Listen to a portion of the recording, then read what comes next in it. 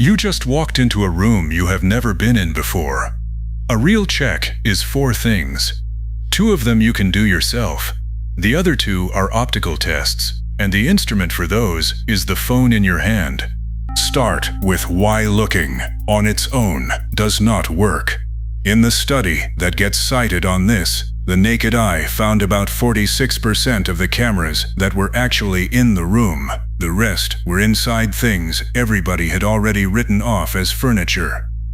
So do not search a room, search a list. These 8 are the ones Dowse walks you through, one at a time, ranked by how often a lens really turns up in them, a smoke detector above the bed, an alarm clock or a dock aimed at it, a charger plugged in and charging nothing, a vent at bed height.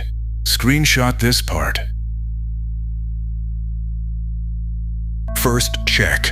And this one is yours. Sit down on the bed, then turn around and look at the room from there.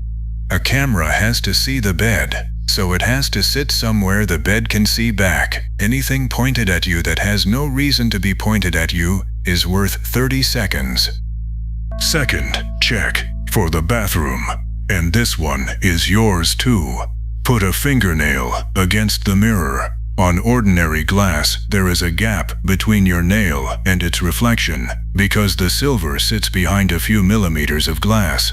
Nail touching nail with no gap at all is worth asking the front desk about. That is everything you can do by looking. Here is the part you cannot.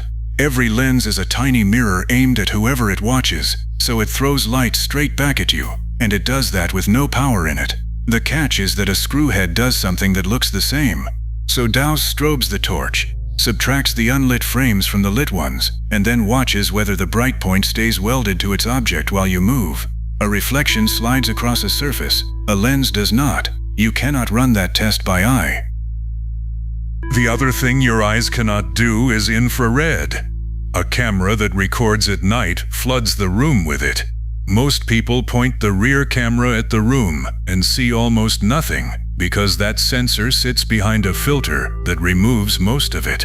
Dowse opens the front camera instead, which on nearly every phone is filtered less, and it holds the screen awake because panning a dark room properly takes minutes and auto lock will cut you off halfway.